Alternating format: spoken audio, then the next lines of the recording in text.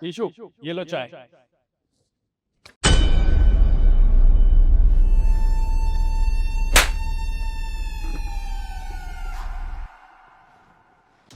तुम्हारी हिम्मत कैसे हुई मुझ पे हाथ उठाने की? हो कौन तुम? मेरी हिम्मत कैसे हुई? दिन दहाड़े इस लड़के के साथ यहाँ क्या कर रही हो? और बुआ हूँ तुम्हारी, रोक तो सकती हूँ ना तुम्हें। बुआ? मुझे ऐसा लगता है ना आपको कोई गलत फहमी हो गई है। मेरी एक ही बुआ है, वो भी आउट ऑफ स्टेशन रहती है। तो आप प्लीज यहाँ से चले जाइए। और ये जो आपने मुझ पे हाथ उठाया ना, बदले में मैं आप पे भी हाथ उठा सकती थी या बदतमीजी कर सकती थी, लेकिन मेरे घर वालों ने ना ऐसे संस्कार नहीं दिए कि अपने से बड़ों से बदतमीजी करे। तो जाइए यहाँ से। तो क्या तुम्हारे माँ बाप ने ये संस्कार दिए हैं कि दिन दहाड़े छुपते छुपाते तुम इस लड़के के साथ मिलोगी? देखिए आंटी जी, एक तो आपने हमारी चाय गिरा दी और ऊपर से बकवास कर रहे हो। अरे जब वो कह रही है ना आप उसकी बुआ नहीं हो, तो जबरदस्ती बुआ बनने की कोशिश क्यों कर रही हो? आप एक काम कीजिए, जाइए ऐसे। मैं यहाँ से कहीं नहीं जाने वाली, और अगर जाऊंगी ना तो तुम्हें साथ लेकर जाऊंगी। तुम्हें बीच में बोलने की जरूरत नहीं है। मैं तुमसे बात नहीं कर रही हूँ, और बुआ हूँ इसकी। और अगर मेरी भतीजी दिन दहाड़े ये सब करेगी तो ऐसा मैं होने नहीं दूंगी। तू तो मेरे साथ घर चल, तुझे तो मैं घर बताऊंगी। समझ नहीं आता तुम्हें? अरे लक्ष्मी, मैं नहीं जानती हूँ इनको यार। देखिए आंटी जी, मेरा ना दिमाग खराब हो रहा है। जब वो कह रही है ना आपको नहीं जानती तो नहीं जानती। आप एक काम कीजिए, यहाँ से चुपचाप निकल जाइए, वरना आपके लिए अच्छा नहीं होगा। मैं यहाँ से कहीं नहीं जाने वाली। जाऊंगी तो इसे साथ लेकर जाऊंगी। और तू तो घर चल, भाभी को बताऊंगी कि इस लड़के के साथ यहाँ ये सब कर रही थी। बहुत हो गया आपका। तुम ऐसे नहीं मानोगी ना, मैं पुलिस को कॉल करती हूँ, अभी अकल ठिकाने आएगी।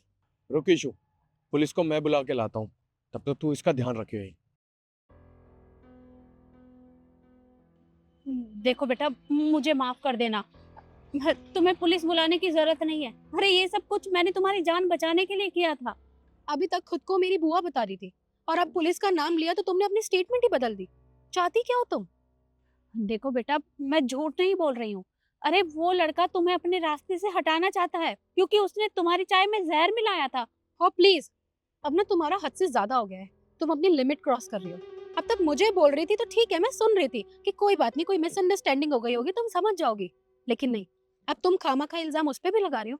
वो क्यों जहर मिलाएगा? वो मुझसे प्यार करता है, मैं उससे प्यार करती हूँ। वो मेरी चाय में जहर क्यों मिलाएगा? जब वो किसी से फोन पे बात कर रहा था तो मैंने उसकी सारी बातें सुन ली थी। यार वो अपने 5 लाख रुपए मांग रही है, अब तू ही बता मैं कहाँ से दूं 5 लाख रुपए? यार क्या कह रहा है तू? रास्ते से हटा दूं? पर कैसे? हाँ, तू सही कह रहा है, मैं उसे रास्ते से हटा देता हूँ। ना वो रहेगी और ना 5 लाख रुपए देने पड़ेंगे। ठीक है, एक काम करता हूँ, चाय में जहर मिला के ईशु को पिला देता हूँ। हाँ, ये ठीक रहेगा, और नाम भी चाय वाले पे आ जाएगा।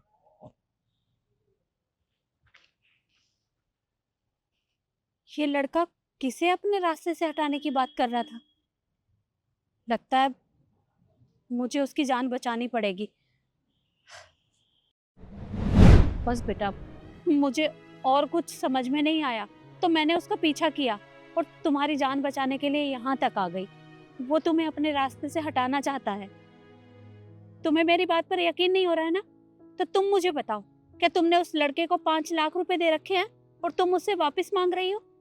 हाँ, मैंने दिए हैं उसे 5 लाख रुपए, उसे जरूरत थी। ये बात तुम्हें कैसे पता पड़ी? ये बात तो किसी को नहीं पता। अरे वही तो मैं तुम्हें समझाने की कोशिश कर रही हूँ कि वो फोन पे किसी से बात कर रहा था। पैसे वापस ना देने पड़े इसलिए वो तुम्हें रास्ते से हटाना चाहता है। क्या लक्ष्य मेरे साथ ऐसा करेगा? मैंने कभी सोचा नहीं था। मैं उस पे बहुत भरोसा करती थी, उससे बहुत प्यार करती थी। आपका बहुत बहुत शुक्रिया जो आपने मेरी जान बचाई। अगर मैं आज वो चाय पी लेती तो ना जाने मेरे साथ क्या हो जाता। प्लीज मुझे माफ कर दीजिए। अरे बेटा, देखो तुम्हें माफी मांगने की जरूरत नहीं है। मैंने ये सब तुम्हारी जान बचाने के लिए किया था, क्योंकि मैंने उसकी सारी बातें सुन ली थी, इसलिए मैं पीछा करते हुए यहाँ तक आ गई। बस मेरा और कोई इरादा नहीं था। और बेटा, बस मैं इतना ही कहूंगी कि उस लड़के से तुम बचकर रहना, वो कभी भी कुछ भी कर सकता है। जी आंटी जी, मैं अपना ध्यान रखूंगी। इससे पहले लक्ष्य आए मुझे चले जाना चाहिए।